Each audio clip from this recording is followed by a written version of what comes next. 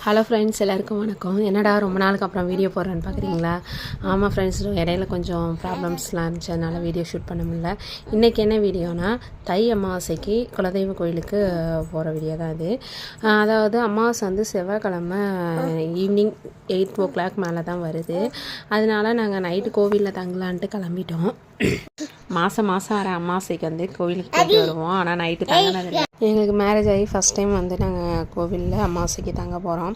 போகிற வழியில் ஆதஸ்குட்டி, அவங்க பெரியப்பா, ஆதசப்பா எல்லோரும் சேர்ந்து ஒரு பேக்கரிக்கு போயிட்டு நல்லா இது ஐஸ்கிரீமு, கேக்கு, ஸ்நாக்ஸ்லாம் எல்லாம் சாப்பிட்டு முடிச்சுட்டு அப்படியே கிளம்பிட்டோம். நம்ம குலதெய்வ கோயில் எங்கே இருக்குதுன்னு பார்த்திங்கன்னா, உடையார்பாளையத்தில் பைபாஸில் இருக்குது. அம்மன் பேர் வந்து பெரியநாயகி அம்மன்.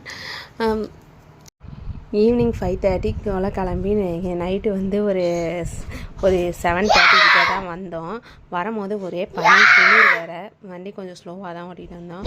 ஒரே கோயிலுக்கு வந்ததுக்கப்புறம் அரளிப்பூ வந்து கொஞ்சம் இருந்துச்சு, அதை கட்டலான்னு கட்டிட்டு நேரம் உட்காந்துருந்தோம். அப்புறம் டிஃபன்லாம் சாப்பிட்டு முடிச்சுட்டு நைட்டு எல்லாம் தூங்கிறதுக்கு ரெடி ஆகிட்டு எனக்கு ரொம்ப எக்ஸைட்டாக இருந்தது. ஃபஸ்ட் டைம் வந்து நம்ம எப்படி இருக்க போகுது என்னன்னு தெரிலன்ட்டு இருந்தோம்.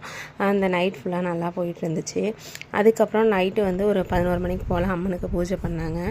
பூஜை பண்ணி முடிச்சுட்டு எல்லோரும் படுத்து தூங்க ஆரம்பிச்சிட்டாங்க. நாங்களும் நல்லா படுத்து தூங்கி காலையில் ஒரு 6 o'clock போலலாம் எழுந்திரிச்சிட்டு பொறுமையாக போகலாம் வீட்டுக்கு அப்படின்ட்டு பனியாக இருந்துச்சு. அதனால் கொஞ்சம் பொறுமையாக தான் கிளம்புனோம். வரப்போகும்போதே ரொம்ப பனி தான். நாங்கள் அதை விட்டு கிளம்போதே மணி 8 மணி ஆகிட்டு. அப்பயே பனியாக தான் இருந்துச்சு. அப்படியே கிளம்பி நாங்கள் கும்பகோணம் வந்துட்டோம். வேறு ஒரு விழாக்கில் பார்ப்போம். பாய்.